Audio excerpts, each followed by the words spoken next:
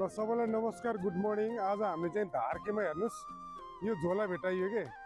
यो चाहिँ मोटर बाटोमा खसिएको थियो झोला होइन, कसको थाहा अझै धुलै रहेछ। म त्यतिखेर नमस्ते राजु लामिछाने गुरुबा, तपाईँले जुन त्यो धारकेमा भेट्नुभएको झोला हाम्रो यो टोमेटोको कस्टमरको रहेछ होला। जसरी पनि तपाईँले त्यो कस्टमरसम्म पुर्याइदिनु होला है। त्यो कस्टमरसम्म त्यो झोला पुगेछ भने हामी धेरै आभारी हुनेछौँ।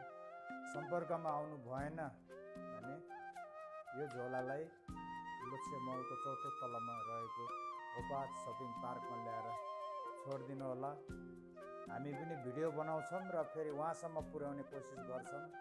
धेरै धेरै धन्यवाद। तपाईँले त्यो झोलाको भिडियो बनाउनु भएको रहेछ, मैले पनि हेरेँ। गुरुजी हुनुहुँदो रहेछ।